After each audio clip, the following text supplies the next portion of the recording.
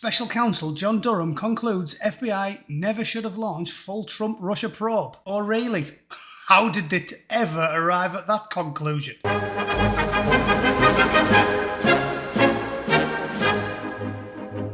Hello everyone, welcome to this video. Obviously I have to cover this. It's been a big news day across the pond in the US of A. Bombshell news that even CNN couldn't ignore altogether. Best of all, Jake Tapper was forced to say this. I bet his tongue turned black.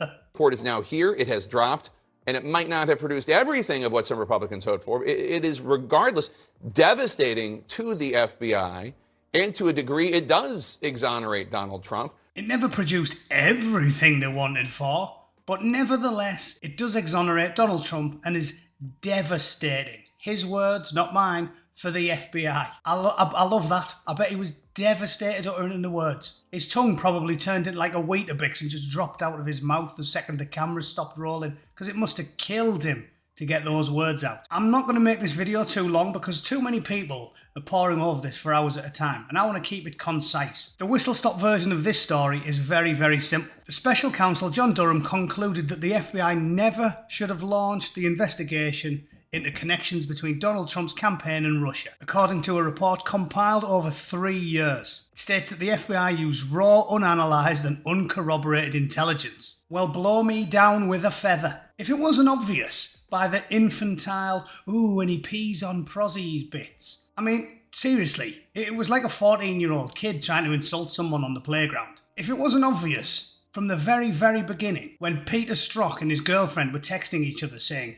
we won't let Donald Trump be the president, as if these two necky civil servants have the right to overturn an election because they didn't like the result. As if they have that right. It's genuinely despicable that these people are so arrogant that they think they can do that. I don't know any conservative who would do that. Oh, Biden's won the election, but I'm a civil servant, so nah, we won't let him be president. It's lunacy to even utter the words. So those two should be in jail.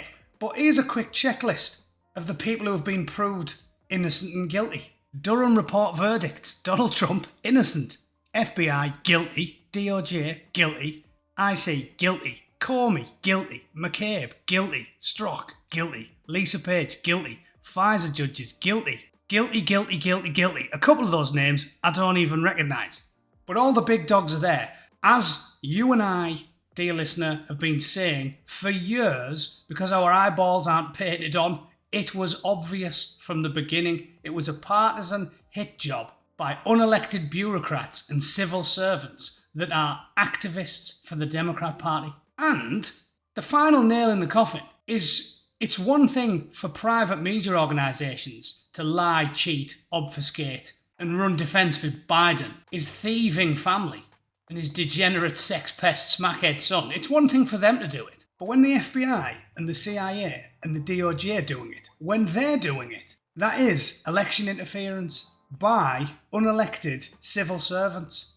So who's got the best case to say that they were cheated now? Clinton in 2016? Or the Orange Oracle in 2020? Answers on a postcard. Oh yeah, and one other thing. Things we know are corrupt.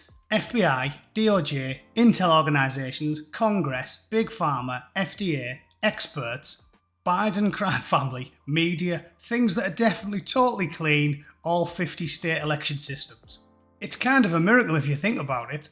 Is that not final, black and white, naked proof that we were right and they were wrong? You can't be winning the common sense argument and have all of this documented evidence that especially the state intelligence agencies and the judiciary and the DOJ and all these activist judges and lawyers and politicians are corrupt, and then tell me that there's definitely no chance that there was no cheating went on when a bloke who didn't leave his basement apparently got more votes than the most popular Democrat president ever. If you believe that, I don't know what to tell you. And 19% of Democrat voters now support Kennedy, and he's just been totally ditched in a shameless and brazen manner by the DNC, just like Tulsi Gabbard was cheated by them last run around. The Democratic side, Bobby Kennedy Jr., doing well. He's at 19%. Hasn't really gotten that much out there. I mean, and I'm starting to hear more and more talk about him. Are we going to actually have a challenge here? I'm trying not to laugh, Joe. There's not going to Wait, be. can I stop you for a second? Yes. Do you know how many people said the same thing about Donald Trump in 2015 true. on Yes, this show? except I said will the note- same exact thing. Yes, because there was going to be a Republican primary. But I really think that the mealy-mouthed Democrats, as I like to call them, and some of my progressive friends who would like to live in a fantasy land, they need to come back to reality. Yeah. And the reality is this. The sitting president of the United States of America is a Democrat that would like to run for re-election, so much so that he has declared a re-election campaign. Right. In that case, the Democratic National Committee will not facilitate a primary process. There will be no debate stage for Bobby Kennedy, Maureen Williams. Unbelievable. Gloating about it. There will be no debate stage.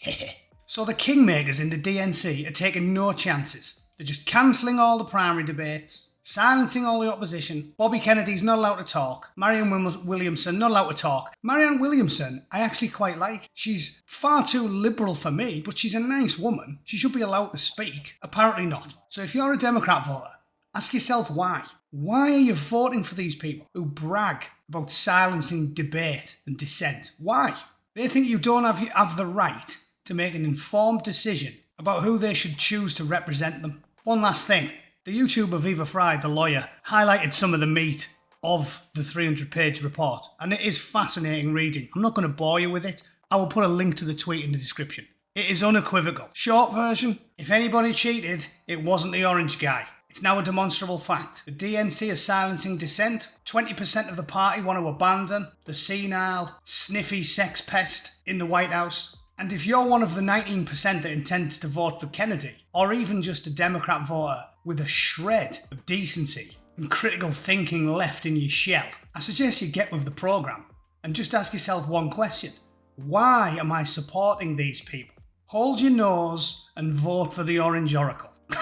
That's the only advice I can give you. He's not perfect by any means, but he doesn't reek of authoritarianism, silencing dissenters, and naked corruption in the same way that crooked, oily lawyer in the White House currently does. All right, thanks for watching, ladies and gents. I will see you all very soon. Cheers.